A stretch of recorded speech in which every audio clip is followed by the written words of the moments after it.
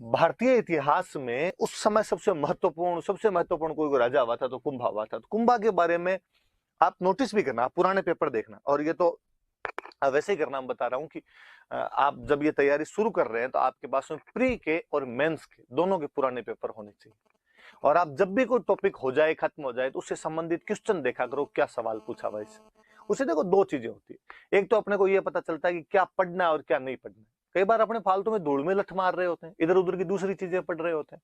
और एक दूसरा, जब आपके नोट्स में से, आपकी बुक में से, जो कोई सोर्स आप पढ़ रहे हो वहां से जब कोई क्वेश्चन निकल के सामने आता है, आपके पढ़े हुए में से कोई क्वेश्चन आप पुराना देखते हो, तो आपका कॉन्फिडेंस बढ़ता है और आपको लगता है यार हाँ ये सवाल मैं कर सकता हूँ, ये मुझे आता है।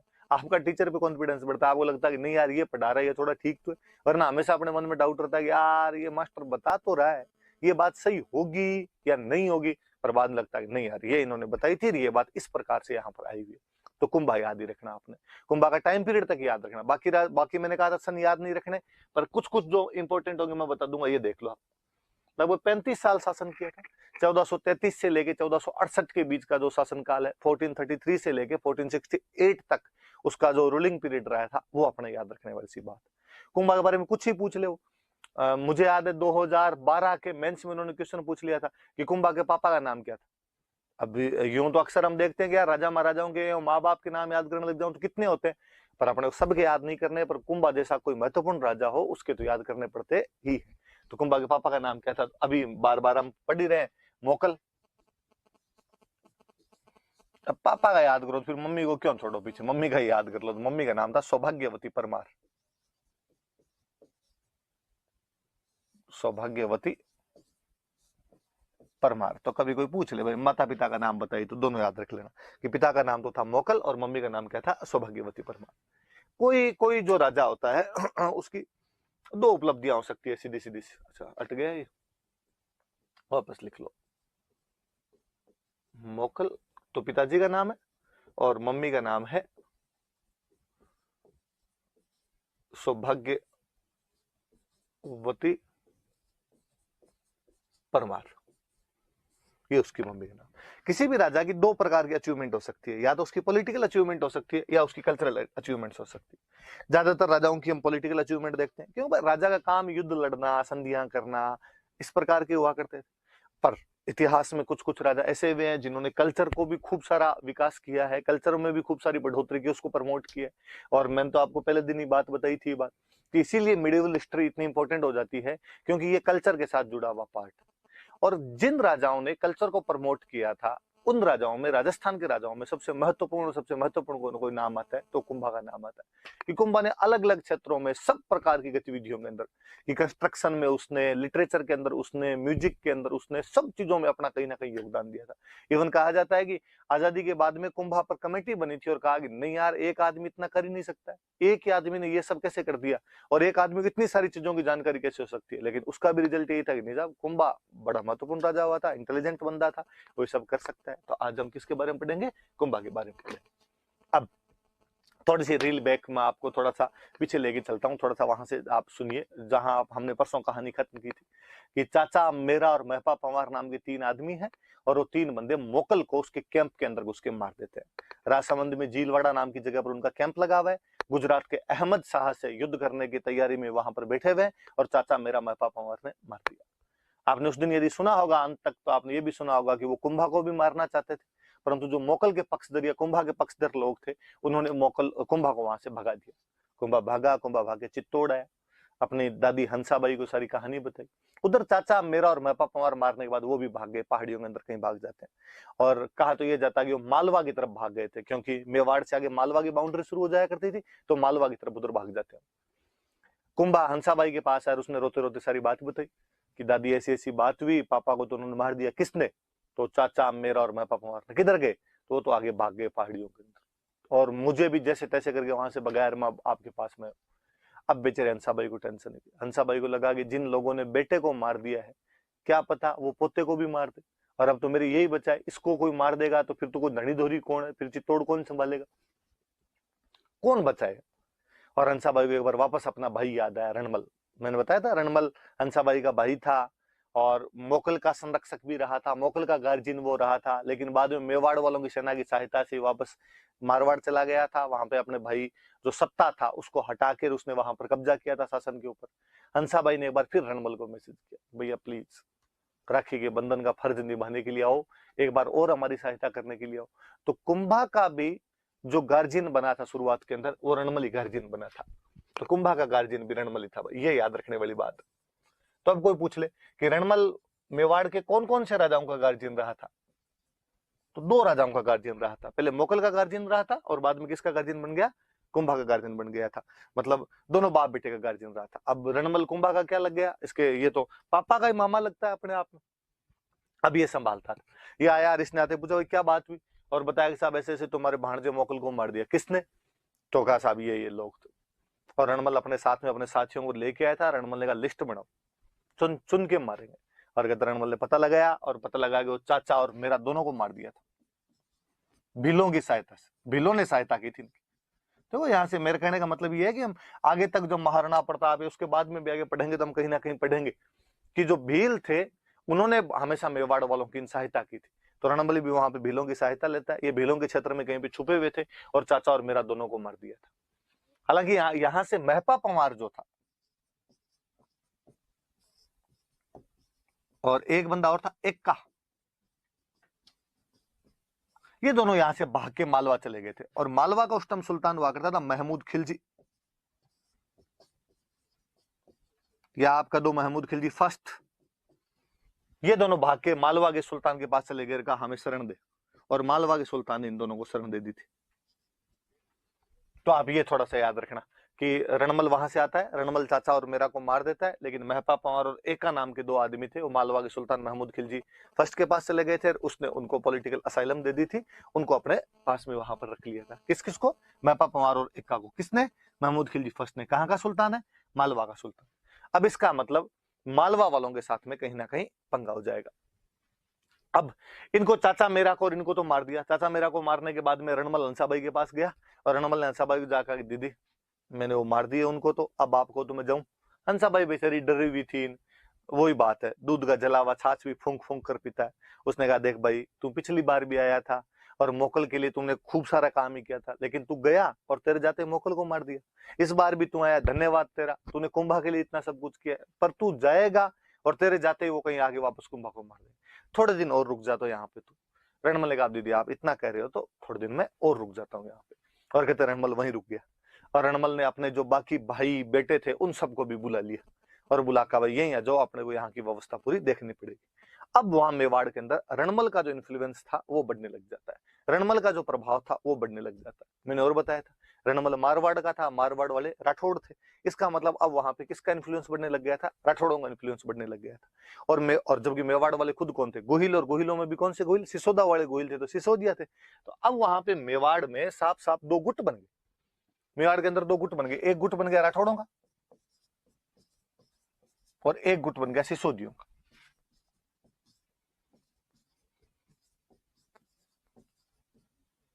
दो गुट बन जाते हैं वहां पे। राठौड़ों वाले गुट को लीड कौन कर रहा है, रणमल। सिसोदियों वाले गुट को लीड कर रहा था राघव देव। ये चुंडा का भाई था, वो जो चुंडा मालवा चला गया उसका भाई था ये। आपका तो एक तरीके से मोकल का ही भाई के दो। और ये यहाँ पे राघव देव लीड कर रहा था यहाँ पे। अब रणमल में और राघव देव में टसल रहनी शुरू होगी। रणमल में और राघव देव में बननी बंद हो गई और राघव देव बेचारा तंग। राघव देव ने रणमल को कहा और 2-4 बार, अतिथि तुम कब जाओगे, यार आए थे सहायता करने के लिए, मान लिया हमने बात, अब जाओ वापस अपने, यहाँ बैठे बैठे क्या कर रहे हो, और सारी पोस्टें अपने घर वालों को और बांट दी तुमने। पर रणमल को पता था कि जब तक हंसाबाई अपने साथ है अपने को कोई नहीं निकाल सकता यहाँ पे। रणमल लगा रुको एक बार, थोड़ा दिन टाइम लगेगा, उसके बाद यहाँ से जाएंगे। पर बाद में रणमल को लगा अच्छा राघव देव थोड़ा ज्यादा 3-5 कर रहा है, और उसने एक दिन कहते हैं कि अपने आदमियों को भेज के राघव देव को मरवा दिया था। तो राघव देव की हत्या करवा दी, इसका मर्डर करवा दिया। किसने, रणमल ने। अब जब रणमल ने राघव देव को मरवा दिया तो अब तो जो राह का कांटा था वो भी समाप्त हो गया। अब तो फुल पावर के अंदर ही कौन है, रणमल एकदम फुल पावर के अंदर। और रणमल भयंकर आदमी था, डील का डाकी टाइप का आदमी था। कहते हैं 7.5 फीट हाइट एंड 1.5 क्विंटल वजन का आदमी था। 5-7 आदमी तो मिल जाए तो भींच भींच के मार दे, ऐसा हुआ करता था रणमल। पर जी हर आदमी कोई ना कोई कमजोरी। और कहते हैं जब मेवाड़ में रणमल रहता था तब रणमल की वहां पे गर्लफ्रेंड थी भारमली, एक दासी थी भारमली नाम करके, इससे रणमल प्रेम किया करता था। और कहते हैं दिन रणमल शाम को गया भारमली के पास, दारू के नशे में था ही थोड़ा, और उसने दारू के नशे में भारमली कह दिया कि भारमली अब के बरस तुझे धरती की रानी करेंगे। उसने पूछा कैसे? तो कहा मेरा प्लान ये है कि मैं कुंभा को मारूंगा और मैं कुंभा को मार के मेवाड़ का राजा बनूंगा। जब मैं राजा बनूंगा तू रानी बन जाएगी। आपको थोड़ा बड़ा अजीब सा लग सकता है कि यार कुंभा के तो संरक्षण के लिए आया हुआ था, कुंभा का तो गार्जियन बना हुआ था, पैटर्न बना हुआ था, उसको कैसे मार सकता है? पर राजतंत्र यही हुआ करते थे, एक दूसरे को मार के आगे बढ़ा जाता था, एक दूसरे को आगे सलटा के आगे बढ़ने का रास्ता मिलता था। पर भारमली एकदम सच्ची देशभक्त टाइप की महिला थी। उसने सोचा भले अपने रणमल से कितना ही प्रेम करते हैं लेकिन अपना देश तो मेवाड़, और मेवाड़ का राणा कुंभा है, राणा कुंभा मरता तो मेवाड़ की बेइज्जती। और कहते हैं कि उसने दूसरे दिन जाके ये बातें सारी हंसाबाई को बता दी, और हंसाबाई को जाके कहा कि आपका भाई ऐसा ऐसा करने वाला है, आप देख लो। हंसाबाई ने एक बार तो कहा ऐसे कैसे मेरे भाई पे तू इल्जाम लगा रही है, ये सब ब्लेम है, झूठे हैं। उसने कहा मैंने खुद सुना है, मेरे को उसने खुद ने कहा मैं झूठ क्यों बोलूं, और यदि बात झूठी हो ना तो आप मुझे फांसी लटका देना। जानती हंसाबाई भी थी कि रणमल आदमी तो टेढ़ा है, ऐसा कुछ कर भी सकता है। पर अब दिक्कत दूसरी, अब यदि हंसाबाई रणमल को ये कहे कि रणमल तो कुंभा को मत मारना, तो परसों मारता कल मारे। वो गांव वाली सी कहानी है कि गांव में कोई पागल आदमी था, डेली बदमाशियां करता था, कभी कोई बच्चों को पीट देता, किसी बच्चे को कुएं में लटका देता, किसी के पीछे धूल फेंक देता। एक दिन कोई गांव वालों ने बुला कहा कि यार बाकी सब तो सही है, तू कभी गांव के आग मत लगा देना। उसने कहा कि ये तो पहले मुझे दिमाग में नहीं था, ये आपने ठीक याद दिलाया। तो मारवाड़ी के अंदर अपने तो कहावत थी कि काला काला गांव मत बाल जे, क्या मैं भलो चेता हूँ, इस बार आपने ठीक याद दिलाया, इस बार मैं ये तो कर ही दूंगा। तब रणमल को कह दे कि मत मारना, तब तो पक्का ही मारे। अब बेचारे हंसाबाई क्या करे? तो हंसाबाई को याद आया चुंडा, जो चुंडा कभी हंसाबाई के डाउट करने की वजह से मालवा चला गया था, जो चुंडा मोकल का संरक्षक बना था, जो चुंडा मेवाड़ का भीष्म है, जो मालवा के अंदर वहां नौकरी कर रहा है, वो याद है। और हंसाबाई ने चुंडा के पास मैसेज किया कि चुंडा जी अब ऐसी भी क्या नाराजगी है, कितने दिन हो गए आपको गए हुए, जहाँ बर्तन साथ रहते हैं वहां आपस में खटकते ही हैं, लड़ाइयां किसके घर में नहीं होती। मैं तो उल्टी आपकी सौतेली माँ हूं, लोग तो वैसे इल्जाम लगाते हैं कि सौतेली माँ इसलिए घर से भगा दिया, अब आपको आ जाना चाहिए, जो बातें हुई कहा सुनी हुई उन सबको छोड़ दिया जाना चाहिए। चुंडा बेचारा खुद भी तंग आया हुआ था, मालवा में नौकरी करता करता वहां पे। चुंडा ने हाथों हाथ वापस मैसेज किया कि आना कब है आप, तो ये बताओ। तुम तो सवेरी वाली गाड़ी से ही आ जाओ। अगले दिन भाई चुंडा वापस आ गया यहाँ पे। चुंडा वापस आया, चुंडा ने आगे पूछा भाई क्या बात हुई। चुंडा को पूरी बात तोल के बताएगी कि साहब ऐसे ऐसे आप गए, आपके जाने के बाद हमने रणमल को बुलाया, रणमल थोड़े दिन यहाँ रहा, उसके बाद वापस चला गया, लेकिन चाचा मेरा और मैं पापा ने मोकल को मार दिया। हमने उसके बाद रणमल को वापस बुलाया, रणमल ने हालांकि चाचा और मेरा को तो मार दिया, लेकिन रणमल यहीं जम गया। राघव देव जी ने जब विरोध किया तो इसने राघव देव जी को भी मार दिया। और अब ऐसी खबरें हमने इसे सुना है, पक्के प्रूफ के साथ हमने सुना है कि ये कुंभा को मार के मेवाड़ का राणा बनना चाहता है, मेवाड़ का शासन अपने पास में लेना चाहता है। सुंडा ने कहा ऐसे कैसे, हमारे बाप दादों की बपोती है, ये हमारा राज्य, ऐसे कौन कैसे कब्जा कर सकता है, तो क्या किया जाए? तो रणमल कुंभा को मारे, इससे पहले रणमल को ही मार दिया जाए। अब रणमल को मारे कौन?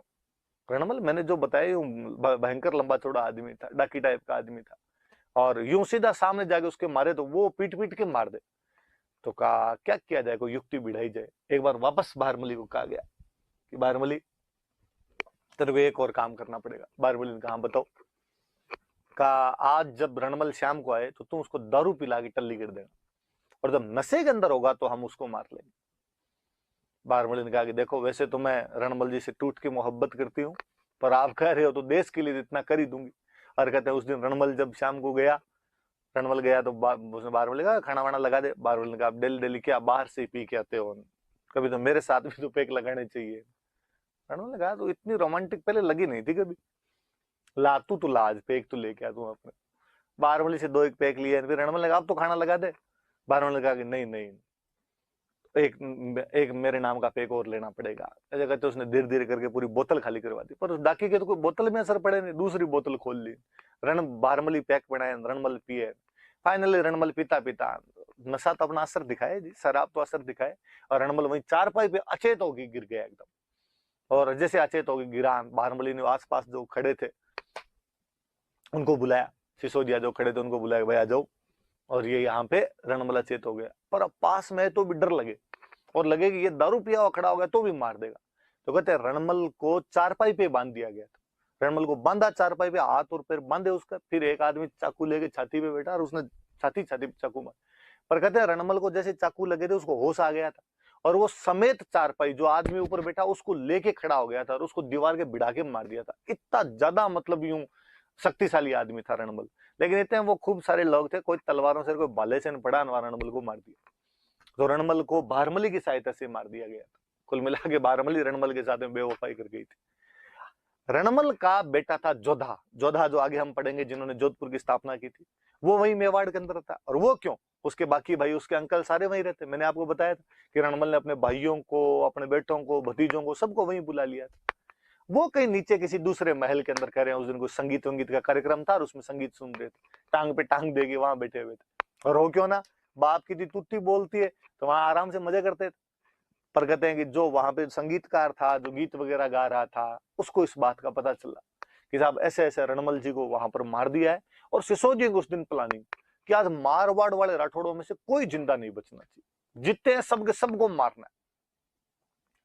तो उनका आप जोधा को उनकी तरफ चलते हैं, उनको और मारते हैं। उस संगीतकार को बेचारे को पता चला और उसने टिपिकल मारवाड़ी लैंग्वेज में उसने बोला कि जोधा भाग सके तो भाग, थारो रणमल मरियो जाए।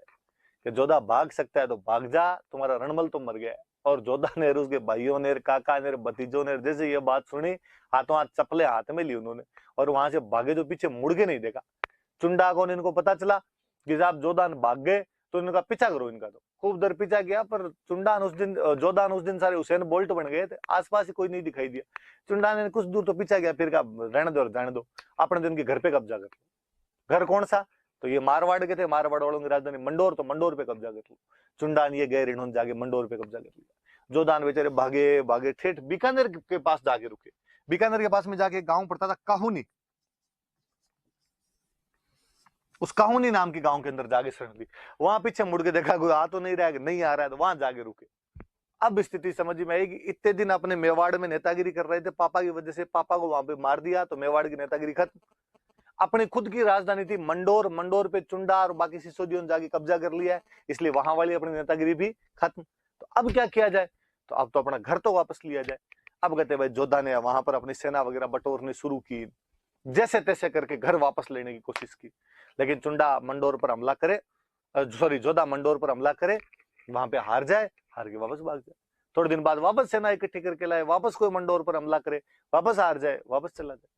कहते ऐसे ही एक बार एक हमले के अंदर जोधा बहुत ज्यादा घायल हो गया, और घायल होने के बाद में और वहां से अपने घोड़े पर बैठ के भाग रहा था। ये मारवाड़ का देश, तपती दोपहरी, दूर दूर तक जात, पीने के लिए दूर दूर तक पानी नहीं। जोधा घोड़े पर खून से लथपथ एकदम चला जा रहा, प्यास लग गई और उसे लगा कि यार पानी नहीं मिला तो वैसे ही मर जाएंगे अपने। और उसको दूर खेत में कोई किसान की डाणी दिखाई दी।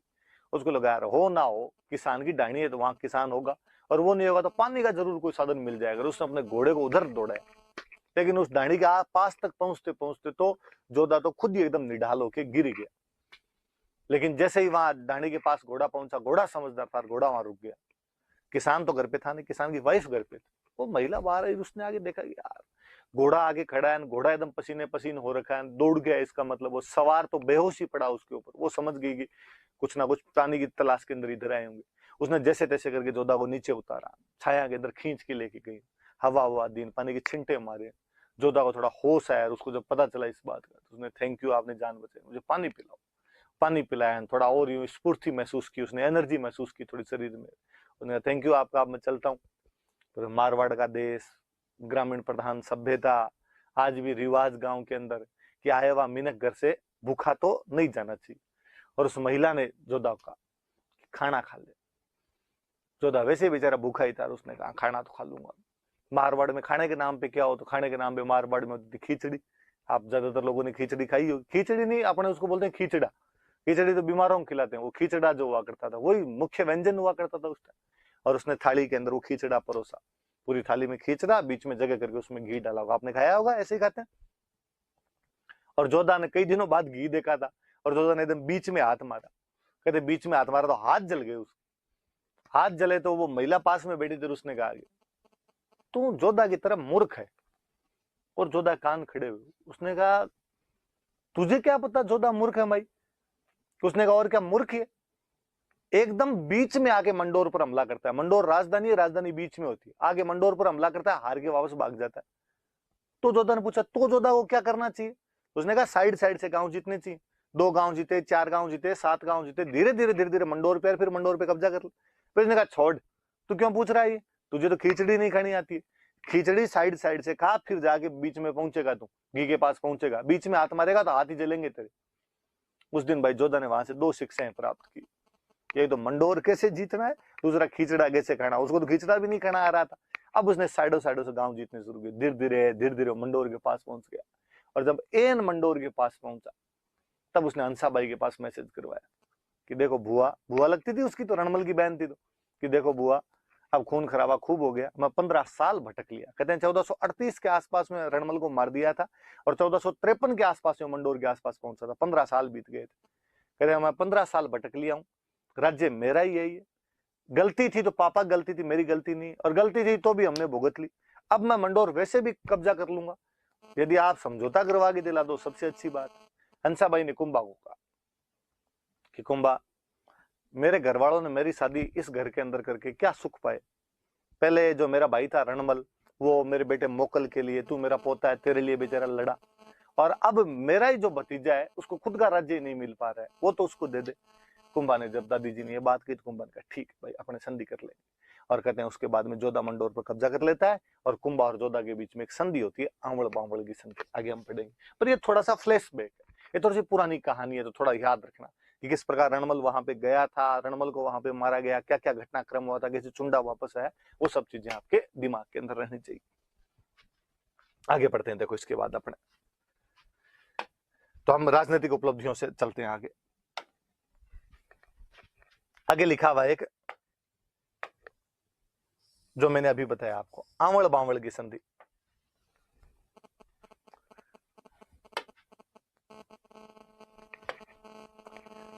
ये आंवड़ बांवड़, ये आपके कुंभा और जोधा के बीच की संधि है। तो ध्यान रखना किस किस के बीच में हुई, कि कुंभा प्लस जोधा। कब हुई? तो 1453। क्या कहा गया इस संधि में? तो इस संधि के अंदर कहा गया कि मंडोर पर आज के बाद अब जोधा कब्जा हम छोड़ देंगे।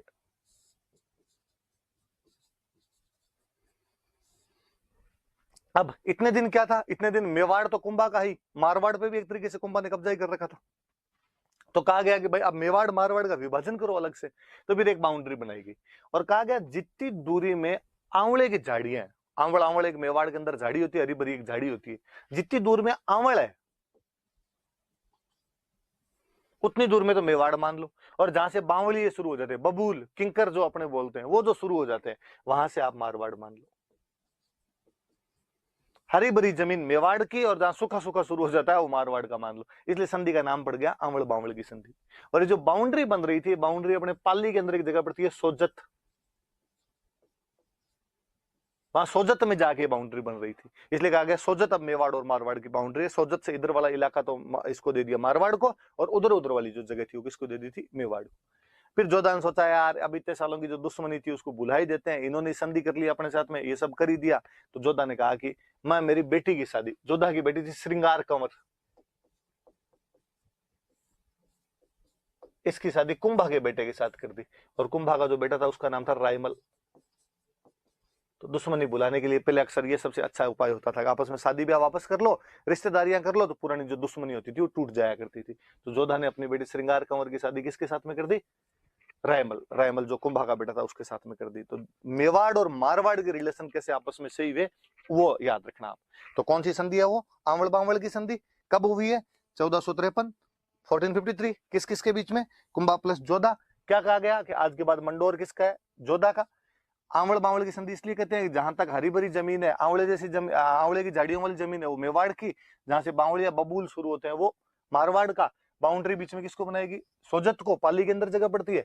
और जोधा की बेटी श्रृंगार कंवर की शादी किसके साथ में कर दी गई? कुंभा के बेटे रायमल के साथ में, ताकि दुश्मनी खत्म हो जाए। आप ये भी देखो, इससे ना कुंभा की डिप्लोमेसी भी झलकती है। कुंभा कहीं ना कहीं डिप्लोमेट आदमी है, वो ये समझता है कि यार पड़ोसियों के साथ में ज्यादा लंबे समय तक लड़ाई जारी नहीं रखनी चाहिए, पड़ोसियों के साथ में संबंध अच्छे होने चाहिए। मेवाड़ का पड़ोसी कौन? मारवाड़। फिर रिश्तेदार और थे, इसलिए इनके साथ वापस अपने दोस्ती कर ली जाए, तो यहाँ पे कुंभा इनके साथ में दोस्ती कर लेता है। तो कुंभा की पॉलिटिकल अचीवमेंट जो पढ़ रहे थे उसके अंदर एक तो ये मेवाड़ मारवाड़ का, चूंकि थोड़ा फ्लैशबैक चल रहा था इसलिए मैंने वहां से बताया, इसलिए बात सामने आ गई। अब आगे पढ़ते हैं। ये याद रख लेना भाई, ये मैं वापस मिटा रहा हूं इसको। अब एक लिखा हुआ इसके अंदर सारंगपुर का युद्ध। क्या हुआ देखो, मैंने अभी बताया था कि रणमल को वापस बुलाया, रणमल ने आगे चाचा और मेरा को मार दिया क्योंकि वो मोकल के हत्यारे थे। मैंने बताया था महपा पंवार और एका नाम के दो बंदे थे और वो भाग के मालवा के सुल्तान के पास चले गए, और मालवा का सुल्तान हुआ करता था महमूद खिलजी। महमूद खिलजी। कुंभा ने महमूद खिलजी के पास मैसेज किया कि महमूद खिलजी, ये भाई ये दो जो बंदे तेरे पास बैठे हैं ये मेरे पिता की हत्या में शामिल थे और इनको तू वापस दे। महमूद खिलजी ने मना कर दिया। महमूद खिलजी ने कहा नहीं साहब, ये शरणागत है, इन्होंने असाइलम लिए, हमारे पास में आगे शरण लिए, और शरण लिए हुए आदमी को वापस नहीं दूंगा मैं। कुंभा ने कहा मैं मारूंगा तेरे को, बाद में इनका तो जो होगा वो देखा जाएगा, तेरे पड़ जाएगी फालतू के अंदर। महमूद खिलजी ने कहा जो हो, मैं इनको तो नहीं, इनको अपने पास में रखूंगा। महमूद खिलजी के मन में कोई दूसरी बात, कहते ऐसे ही एक कोई महमूद खिलजी का एक विरोधी और था, उमर खां, और उस उमर खां को कुंभा ने किसी टाइम में शरण दी थी, इसलिए उसके दिमाग में थी कि तूने मेरे विरोधी उमर खां को शरण दी थी, मैं ले तेरे विरोधियों को शरण दे दूंगा, मैं इसको महपा और एका पंवार को, सॉरी महपा पंवार और एका को शरण दे दूंगा। इस बात पे कुंभा को गुस्सा आया, कुंभा महमूद खिलजी पर हमला कर देता है। ये मध्य प्रदेश के अंदर एक जगह पड़ती है सारंगपुर, 1437 1437 एडी में युद्ध हुआ। किस किस के बीच में युद्ध हुआ? कुंभा और महमूद खिलजी के।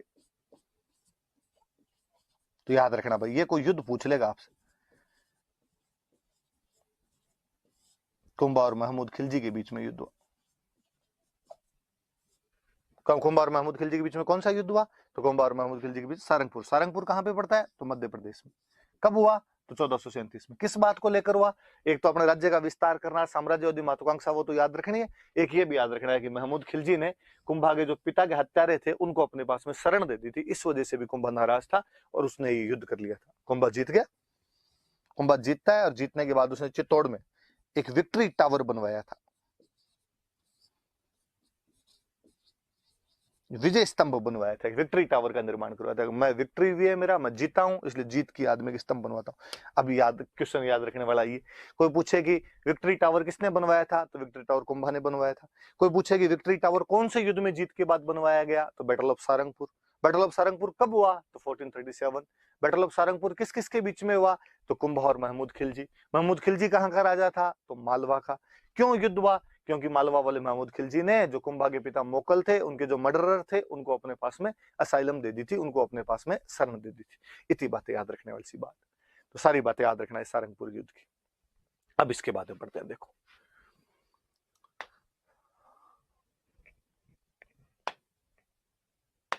सारी बातें वापस। अब एक थोड़ी सी बात आगे और पढ़ते हैं। इस चंपानेर वाली संधि से पहले मैं एक बात और पढ़ाता हूं आपको। अपने यहाँ पे नागौर, नागौर में मैंने एक राजा बताया था, पिछले में मैंने बताया था, ऋषि श्रृंगी वाला अभिलेख कहता है कि नागौर में एक राजा था फिरोज खां, और मोकल ने उसको हराया था। फिरोज खां जब मर गया तो फिरोज खां का बेटा राजा बना यहाँ पे शम्स खां। इस बात पे शम्स खां का चाचा नाराज हो गया, मुजाहिद खां। उसने कहा राजा मैं बनूंगा।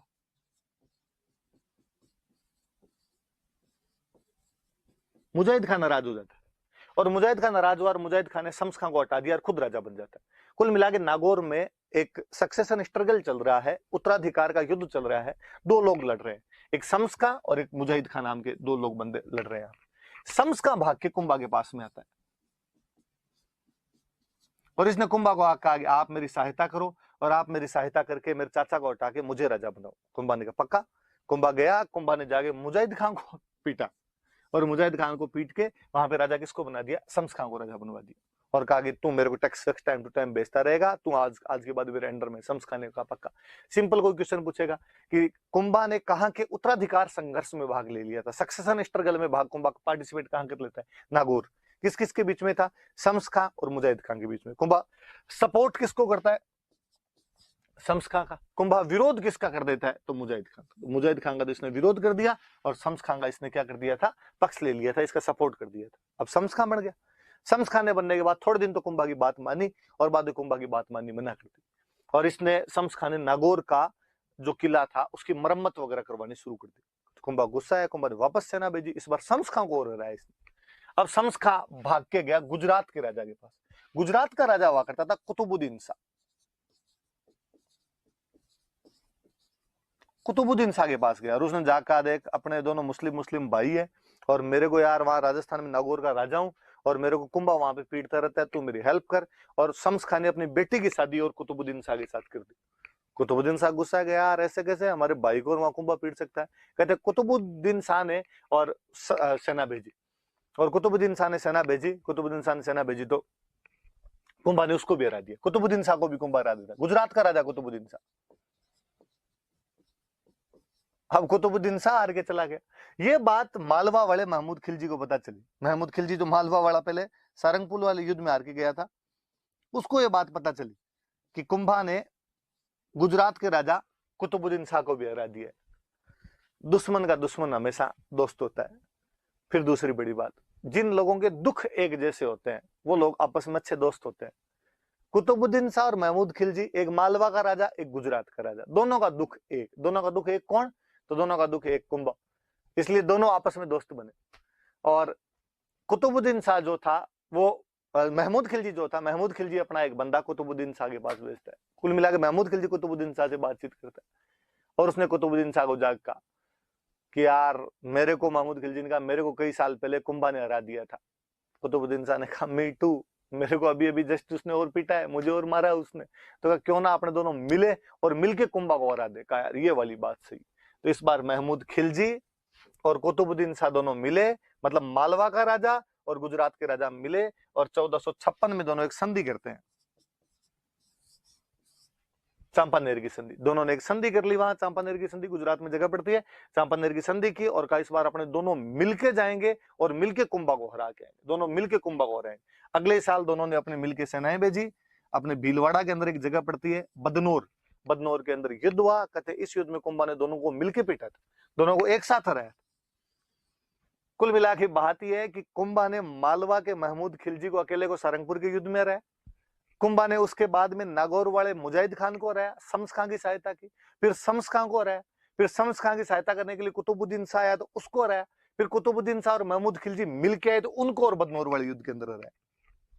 अब और कहते हैं कि जब उधर से आपके ये महमूद खिलजी आ रहा था, किधर से ये आ रहा है? गुजरात से। आपके गुजरात से जब महमूद खिलजी आ रहा है तो गुजरात से जब राजस्थान में अंदर घुसेंगे तो अपने यहाँ पे राज्य कौन सा पड़ता? सबसे पहले सिरोही। और सिरोही में चौहानों का शासन हुआ करता था। चौहानों की एक ब्रांच थी देवड़ा और उन देवड़ों का एक राजा था सहसमल। सहसमल देवड़ा एक राजा हुआ करता था और कुंभा ने सहसमल देवड़ा के कुछ एरिया दबा रखे थे।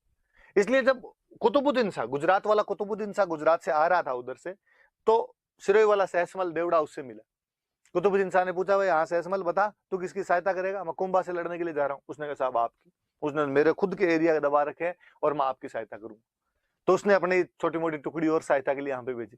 लेकिन कुंभा कुतुबुद्दीन शाह को हरा देता है। कुतुबुद्दीन शाह जब हार के यहाँ से चला गया तब कुंभा ने पूछा कि अरे वो कुतुबुद्दीन शाह गुजरात वाला उधर से आ रहा था तो बीच में चाय नाश्ते किसने करवाए तेरे? तो कहा साहब वो तो सिरोही वाला सहसमल देवड़ा था। इस बार कुंभा ने सहसमल देवड़ा पे सेना भेजी और सहसमल देवड़ा को हरा दिया था। तो इसने सिरोही को, नरसिंह डोडिया नाम का सेनापति था। डोडिया परमारों की एक ब्रांच होती है, आगे पढ़ेंगे हम, याद रखना आप। तो नरसिंह डोडिया को भेजा। नरसिंह डोडिया जाके सहसमल देवड़ा की सेना को हरा के आ जाता है तो सिरोही पर भी कब्जा कर लेते। वापस ध्यान दे लेना आप, अपने पड़ोसी जोधा के साथ में एक संधि करता है, आंवड़ बांवड़ की संधि। इसके द्वारा जोधा को मंडोर वापस दे देता है, सोजत को बाउंड्री बना लेते हैं और जोधा की बेटी श्रृंगार कंवर की शादी कुंभा के बेटे रहमल के साथ कर देते हैं। 1437 में सारंगपुर के युद्ध में मालवा के महमूद खिलजी को हराता है क्योंकि इसने मोकल के हत्यारों को शरण दी थी और इस युद्ध में जीत की याद में विजय स्तंभ का निर्माण करवाते हैं। नागौर में शम्स खां और मुजाहिद खान के बीच का जो सक्सेशन स्ट्रगल है, इसमें पहले शम्स खां का साथ दिया, मुजाहिद खान को हटाया। फिर शम्स खां और कुतुबुद्दीन शाह दोनों मिलकर आए थे। कुतुबुद्दीन शाह गुजरात का राजा था, दोनों मिलकर आए थे, इनको हराया। फिर कुतुबुद्दीन शाह और महमूद खिलजी दोनों एक संधि करते हैं, चांपानेर की संधि। कुंभा खिला 1456 में की, मिलके बांटेंगे इसके राज्य को। पर इन दोनों को एक साथ 1457 में बदनौर के युद्ध में रहा। दोनों किसको? तो आपके महमूद खिलजी मालवा के राजा को और कुतुबुद्दीन शाह गुजरात के राजा को। और सिरोही के अंदर सहसमल देवड़ा राजा था, इसने गुजरात वालों की हेल्प की थी, इसलिए नरसिंह डोडिया को भेज के इसको भी हराया था। कुल मिला के कुंभा अपने टाइम का सबसे शक्तिशाली राजा था उत्तर भारत का। उत्तर भारत में उस समय 3 ही बड़े स्टेट हुआ करते थे, दिल्ली, गुजरात और मालवा। देख लो, गुजरात और मालवा वालों को तो कुंभा नचा नचा के मार रहा है कि तुम अकेले आओगे तो अकेले मरोगे, साथ में आओगे तो साथ में मर के जाओगे यहाँ से। और दिल्ली की तो तब इतनी औकात ही नहीं थी कि कुंभा से लड़े। दिल्ली की तो हालत वो थी, आप जब मिडेवल, नरेंद्र सर मिडेवल पढ़ाएंगे तब आपको और बताएंगे कि दिल्ली का राज्य तो दिल्ली से पालम तक था, कि दिल्ली से बाहर आता है हवाई अड्डा है पालम, कि बस इतनी दूरी में दिल्ली का राज चल रहा था, बाकी दिल्ली के पास तो कुछ बचा हुआ ही नहीं था अपने आप में। तो दिल्ली वालों की तो औकात ही नहीं थी। 1398 में जब तैमूर ने हमला किया था, उसके बाद तुगलक डायनेस्टी तो नष्ट हो गई थी, सैयद आए थे, उनके पास कुछ ज्यादा ताकतें नहीं थी, इसलिए कुंभा यहाँ पर शक्तिशाली राजा बना हुआ था। देख लो, उसने सबको हराया। ये कुंभा की पॉलिटिकल अचीवमेंट है, जितनी हमने पढ़ी वो सारी की सारी। अब हम आगे बढ़ते हैं। देखो,